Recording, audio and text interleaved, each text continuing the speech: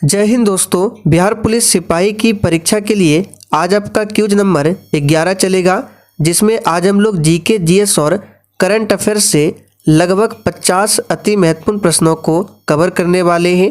तो सेशन आप लोगों के लिए काफ़ी ज़्यादा इम्पोर्टेंट रहेगा, इसलिए आप सभी पूरा सेशन को ध्यान से देखिए।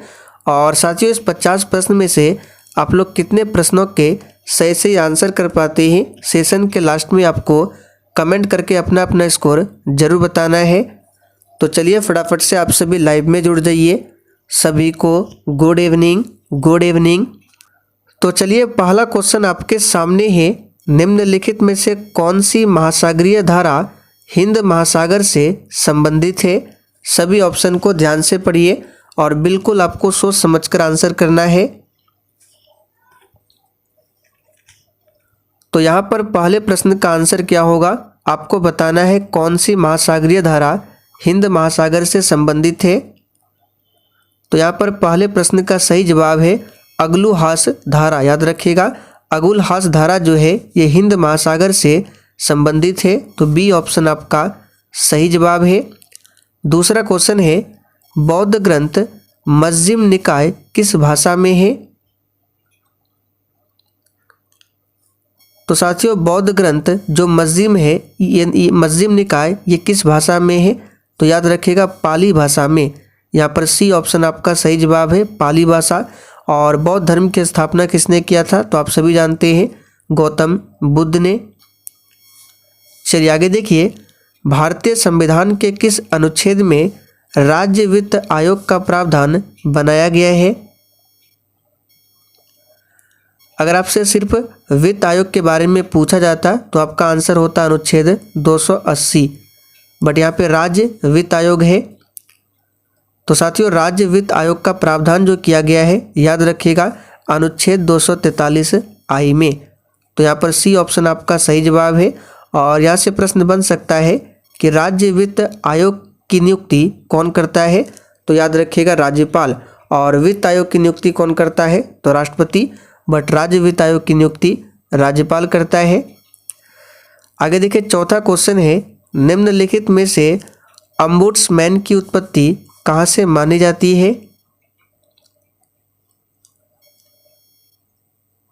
तो यहाँ पर चौथे प्रश्न का सही जवाब है स्वीडन से मानी जाती है ओम्बुड्समैन की उत्पत्ति। तो यहाँ पर पहला ऑप्शन आपका सही आंसर है।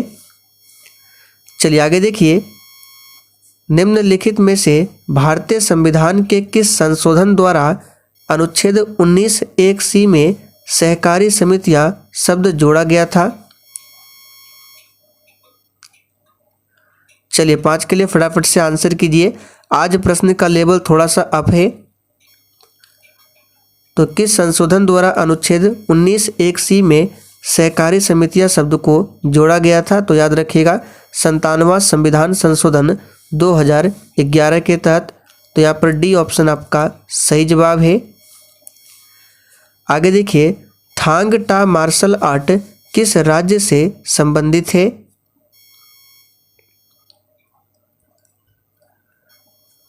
तो साथियों, थांग टा मार्शल आर्ट जो है ये संबंधित है, याद रखिएगा मणिपुर राज्य से। तो यहाँ पर बी ऑप्शन आपका सही जवाब है, मणिपुर से। गोपेन खान किस लिए प्रसिद्ध है? तो यहाँ पर 8वें प्रश्न का सही जवाब क्या हो जाएगा? गोपेन खान जो है टीन की खान के लिए प्रसिद्ध है। किस लिए? टीन की खान के लिए। तो यहाँ पर पहला ऑप्शन आपका सही जवाब है। और हीरे की खान के लिए कौन प्रसिद्ध है? तो किम्बरले। दोनों को ध्यान रखें। रूस तथा फिनलैंड के बीच अंतर्राष्ट्रीय रेखा कौन सी है? तो यहाँ पर इस प्रश्न का आंसर क्या होगा? रूस तथा फिनलैंड के बीच अंतर्राष्ट्रीय सीमा रेखा है मैनरहीम रेखा, जो कि सी ऑप्शन में दिया गया है। 49वीं समानांतर रेखा की बात करें तो अमेरिका और कनाडा के बीच में है। हिंडनबर्ग रेखा ये जर्मनी और पोलैंड के बीच में है। आगे देखिए, वर्ष 2011 के जनगणना के अनुसार जनजातियों की संख्या संपूर्ण भारत की जनसंख्या का कितना प्रतिशत है? चलिए बिल्कुल टॉप लेवल का क्वेश्चन है, 10 के लिए आंसर बताएंगे। और जिसने अभी तक सेशन को लाइक नहीं किया है तो फटाफट से आप सभी सेशन को भी लाइक करें। तो देखिए, वर्ष 2011 के जनगणना के अनुसार जनजातियों की संख्या संपूर्ण भारत की जनसंख्या का लगभग 8.6% है। तो यहाँ पर डी ऑप्शन सही है। बथुकम्पा उत्सव निम्नलिखित में से किस राज्य में मनाया जाता है? चलिए 11 के लिए फटाफट से आंसर कीजिए। बथुकम्पा उत्सव निम्नलिखित में से किस राज्य में मनाया जाता है? तो यहाँ पर 11वें प्रश्न का सही जवाब है तेलंगाना राज्य में मनाया जाता है। तो पहला ऑप्शन आपका सही जवाब है। केरल में कौन सा फेस्टिवल होता है? तो याद रखिएगा ओनम। ओनम फेस्टिवल कहाँ का है? केरल का है। और एक है पोंगल। पोंगल कहाँ का है? तो ये तमिलनाडु का है। दोनों को ध्यान रखें। चलिए आगे देखिए, बिहार में जल मंदिर कहाँ पर अवस्थित है? चलिए 12 के लिए फटाफट से आंसर कीजिए। बिहार में जल मंदिर कहाँ पर अवस्थित है?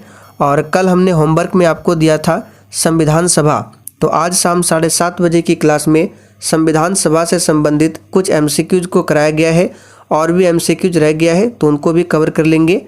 तो आप लोग अभी पढ़ते रहिए संविधान सभा को ही।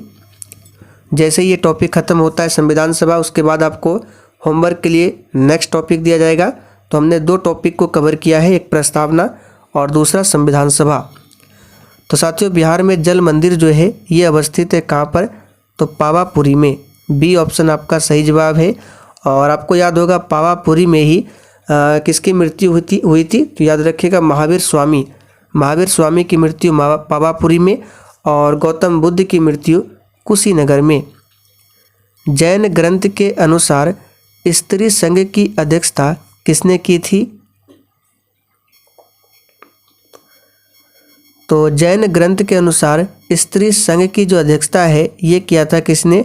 तो याद रखिएगा पुष्पचूला ने। यहाँ पर सी ऑप्शन आपका सही जवाब है। भुवनेश्वर के लिंगराज मंदिर निम्न में से किस शैली में बना हुआ है?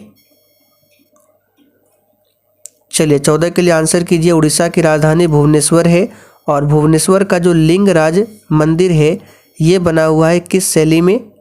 तो याद रखिएगा नागर शैली में। यहाँ पर पहला ऑप्शन आपका सही जवाब है, नागर शैली। आगे देखिए, निम्नलिखित में से किसे सार्वजनिक प्राधिकरणों और निजी व्यक्तियों या निकायों दोनों के विरुद्ध जारी किया जा सकता है? तो यहाँ पर 15 का सही जवाब हो जाएगा बंदी प्रत्यक्षीकरण। तो पहला ऑप्शन सही है। निम्नलिखित में से कौन सा युग्म सुमेलित नहीं है? बिल्कुल आपको सोच समझकर आंसर करना है और सेशन के लास्ट में कमेंट करके अपना अपना स्कोर आज जरूर बताना है कि आपने कितने प्रश्नों के सही सही आंसर किए। तो यात्री और देश का नाम दिया गया है, तो इसमें कौन सा सुमेलित नहीं है? तो निकोलो डी कॉन्टी, ये इटली दिया गया। ये इटली का यात्री नहीं था, ये कहाँ का था? तो निकोलो डी कॉन्टी जो है पुर्तगाल का हो जाएगा। यहाँ पे सी ऑप्शन जो है यही सुमेलित नहीं है। बाकी मार्को पोलो इटली, नूनिज पुर्तगाल, ये सभी सही है। आगे देखिए, भारत के 74वें ग्रैंड मास्टर कौन बना है?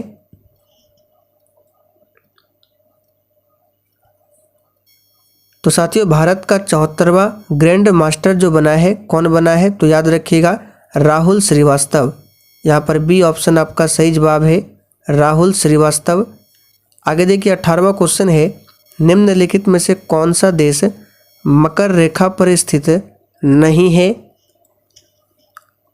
देखिए जैसे कि ये हो गया अर्थ और ये हो गया भूमध्य रेखा। तो भूमध्य रेखा के ऊपर 23.5 डिग्री जो नॉर्थ में है, 23.5 डिग्री नॉर्थ, इसी को कहा जाता है कर्क रेखा। और 23.5 डिग्री साउथ को बोला जाता है मकर रेखा। तो ये जो मकर रेखा है, तो मकर रेखा पर कौन सा देश स्थित नहीं है इन चारों ऑप्शन में से?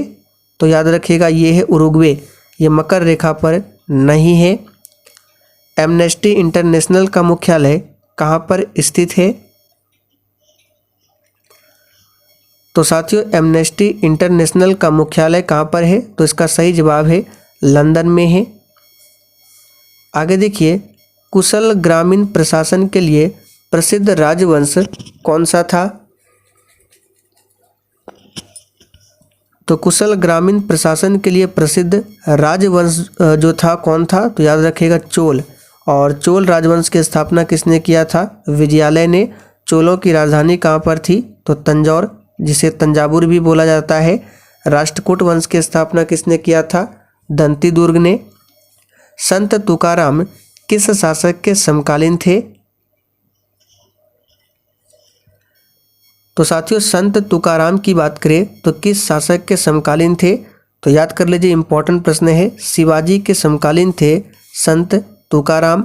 सिकंदर लोदी की बात करें तो इन्होंने 1504 में आगरा शहर की स्थापना की थी और 1506 में इन्होंने आगरा को अपनी राजधानी बनाया था। हुमायूं ने चुनार दुर्ग पर प्रथम बार आक्रमण कब किया था?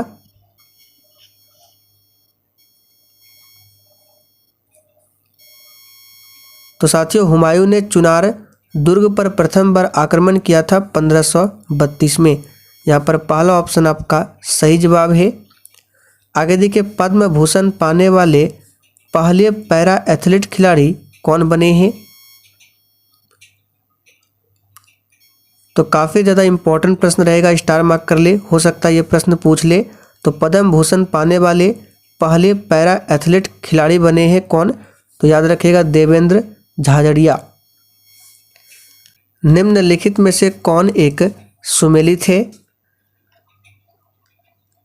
चलिए फटाफट से 24 के लिए आंसर कीजिए। तो सभी ऑप्शन को ध्यान से पढ़ते हैं। प्रथम आंग्ल मैसूर युद्ध हैदर अली पराजित हुआ था, बिल्कुल गलत है।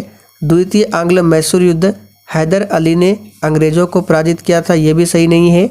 तृतीय आंग्ल मैसूर युद्ध टीपू सुल्तान युद्ध जीता और अपना भूभाग अंग्रेजों को नहीं दिया, ये गलत है। चतुर्थ आंग्ल मैसूर युद्ध टीपू सुल्तान पराजित हुआ था, बिल्कुल सही है। वह युद्ध के मध्य में दिवंगत हुआ था, यानी कि मारा गया था, तो बिल्कुल सही है। टीपू सुल्तान की मृत्यु चौथे आंग्ल मैसूर युद्ध में ही हुआ था 1799 में। तो चौथा ऑप्शन क्या है? सुमेलित है। पेटागोनिया मरुस्थल कहाँ पर अवस्थित है? तो सिंपल क्वेश्चन है, हमने प्रैक्टिस सेट में बताया था पेटागोनिया मरुस्थल ये कहाँ पर है? तो याद रखिएगा, तो ये अवस्थित है आपका कहाँ पर? अर्जेंटीना में। यहाँ पर पहला ऑप्शन आपका सही जवाब है, अर्जेंटीना में। और उत्तरी अफ्रीका में एक मरुस्थल है सहारा मरुस्थल, जो कि विश्व का सबसे बड़ा मरुस्थल है, याद रखिएगा सहारा। आगे देखिए, बौद्धों का प्रसिद्ध ताबो मठ किस घाटी में अवस्थित है? तो साथियों, ताबो मठ क्या है? तो बौद्धों का प्रसिद्ध मठ है और ये अवस्थित है किस घाटी में? तो याद रखिएगा स्पीति घाटी में। भारत में सर्वप्रथम राष्ट्रीय आय का आकलन किसने किया था? ये तो बहुत ही सिंपल क्वेश्चन है, दादा भाई नौरोजी ने किया था। और उस समय प्रति व्यक्ति आय क्या थी? तो 20 रुपया, याद रखिएगा। इथेनॉल संवर्धन नीति लागू करने वाला देश पहला राज्य कौन बन गया है? यानी कि इथेनॉल संवर्धन नीति को लागू करने वाला देश का पहला राज्य कौन बन गया है? तो याद रखिएगा ये बन गया है बिहार। यहाँ पर सी ऑप्शन आपका सही जवाब है, बिहार। भेड़ा घाट पर कौन सा जलप्रपात स्थित है? तो साथियों, भेड़ा घाट पर कौन सा जलप्रपात स्थित है? तो याद रखिएगा धुआंधार जलप्रपात। यहाँ पर 30 का आंसर हो जाएगा डी ऑप्शन, धुआंधार जलप्रपात। और ये किस नदी पर है? तो नर्मदा नदी पर है। अंगोरा ऊन किससे प्राप्त की जाती है? तो यहाँ पर 31 का आंसर क्या होगा? तो याद रखिए खरगोश से प्राप्त किया जाता है अंगोरा ऊन को। ये प्रश्न बिहार दरोगा में भी पूछा जा चुका है। तो यहाँ पर 31 का सही जवाब होगा बी ऑप्शन, खरगोश। किसी वस्तु का पूंजी तथा उत्पादन का अनुपात किसका माप होता है? तो साथियों, किसी वस्तु की पूंजी तथा उत्पादन का अनुपात किसका माप होता है? तो याद रखिएगा उत्पादन की प्रति इकाई में निविष्ट पूंजी की राशि का। यहाँ पर सी ऑप्शन सही है। सही सुमेलित युग्म का चयन कीजिए। तो इसमें से सही कौन सा हो जाएगा, तो ये हो जाएगा क्योटो प्रोटोकॉल, जो कि जलवायवीय परिवर्तन के लिए था, तो बिल्कुल सही है। आगे देखिए, ब्रह्म समाज का सिद्धांत किस पर आधारित है। तो साथियों, ब्रह्म समाज का सिद्धांत जो है ये आधारित है किस पर, तो एक देववाद पर। सी ऑप्शन सही है। धन विधेयक किस अनुच्छेद में वर्णित है। तो साथियों, धन विधेयक जो है आर्टिकल 110 में वर्णित है। राज्यसभा की लोकसभा के समान शक्तियां किस क्षेत्र में है। तो राज्यसभा की लोकसभा के समान शक्तियां किस क्षेत्र में है, तो याद रखिएगा संविधान में संशोधन करने के विषय में।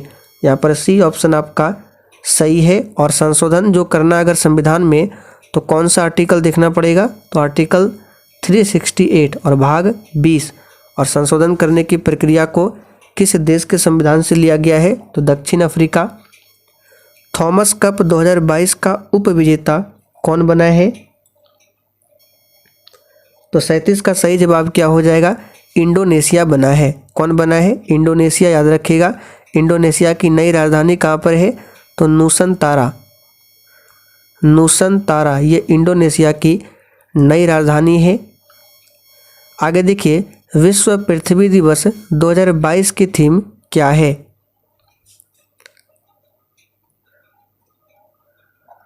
तो यहाँ पर 38 का आंसर क्या हो जाएगा, तो विश्व पृथ्वी दिवस कब मनाया जाता है, तो याद रखिएगा 22 अप्रैल को। और विश्व जल दिवस 22 मार्च को। तो यहाँ पे 2022 का थीम बताना है। तो इसका सही जवाब होगा इन्वेस्ट इन आवर प्लेनेट। पहला ऑप्शन सही है। आप लोग कमेंट करके बताइए विश्व पृथ्वी दिवस 2023 की थीम क्या थी। कोसी नदी का उद्गम स्थल कहाँ से है।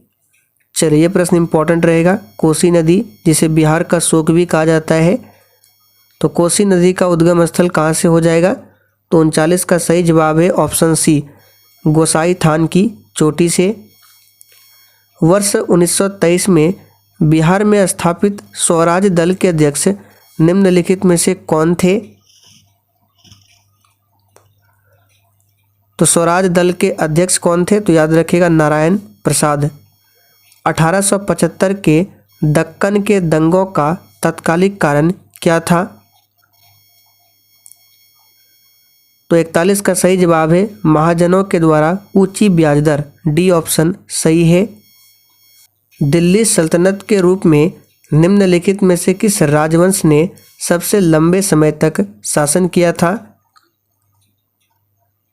तो दिल्ली सल्तनत पर कुल 5 राजवंशों ने शासन किया था। और दिल्ली सल्तनत का पहला राजवंश पूछा जाता है जो कि गुलाम वंश था, जिसकी स्थापना किया था कुतुबुद्दीन ऐबक ने। और दिल्ली सल्तनत का आखिरी वंश कौन सा था, तो लोधी वंश, जिसकी स्थापना बहलोल लोधी ने किया था। और लोधी वंश का आखिरी शासक था इब्राहिम लोधी, जो कि 1526 में पानीपत के प्रथम युद्ध में मारा गया था। तो सबसे लंबा शासन किस राजवंश का था, तो याद रखिएगा तुगलक राजवंश का। इसका शासन था 1320 से लेकर 1414 तक। और सबसे कम किसका था, तो खिलजी वंश का 1290 से 1320 तक। आगे देखिए, पिछड़ी जाति आयोग के प्रथम सभापति कौन थे।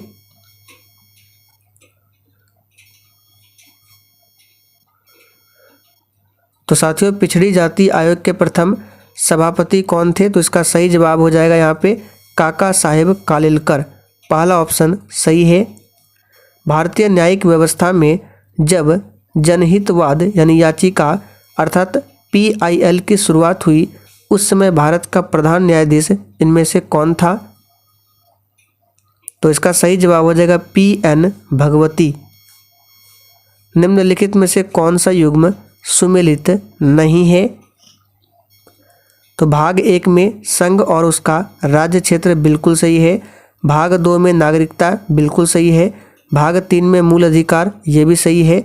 भाग 4 में आपात उपबंध नहीं है। भाग 4 में क्या है, तो राज्य का नीति निर्देशक सिद्धांत है। तो डी ऑप्शन जो है यही सुमेलित नहीं है। और भाग 1 की बात करें तो इसमें आर्टिकल 1 से लेकर 4 तक है, भाग 2 में 5 से लेकर 11 तक है, भाग 3 में 12 से लेकर 35 तक है और भाग 4 में 36 से लेकर 51 तक है। तो डी ऑप्शन जो है ये सुमेलित नहीं है। महासागरों की सतह पर सूर्य और चांद के गुरुत्व के आकर्षण से बनती है, तो ये बनती है ज्वार भाटा। आगे देखिए, मिजोरम में स्थित फावंगपुई राष्ट्रीय उद्यान को किस अन्य नाम से भी जाना जाता है? तो ये जाना जाता है, याद रखिएगा, नीला पर्वत उद्यान के नाम से। किस कोयले में कार्बन की मात्रा अधिकतम होती है? तो जिस कोयले में कार्बन की मात्रा अधिकतम होती है वो उच्च कोटि का कोयला होता है और यह है एंथ्रासाइट। इसमें लगभग 80 से 90% तक कार्बन पाया जाता है। बाकी पीट कोयला सबसे लो क्वालिटी का कोयला है। आप लोग कमेंट करके बताइए इन चारों ऑप्शन में से किस कोयला को भूरा कोयला कहा जाता है? समदाब रेखाएं निम्नलिखित में से किसको प्रदर्शित करता है? तो ये प्रश्न बिहार पुलिस में कई बार पूछा चुका है। तो समदाब रेखाएं जो है याद रखिएगा किसको प्रदर्शित करता है? समान वायुमंडलीय दबाव को।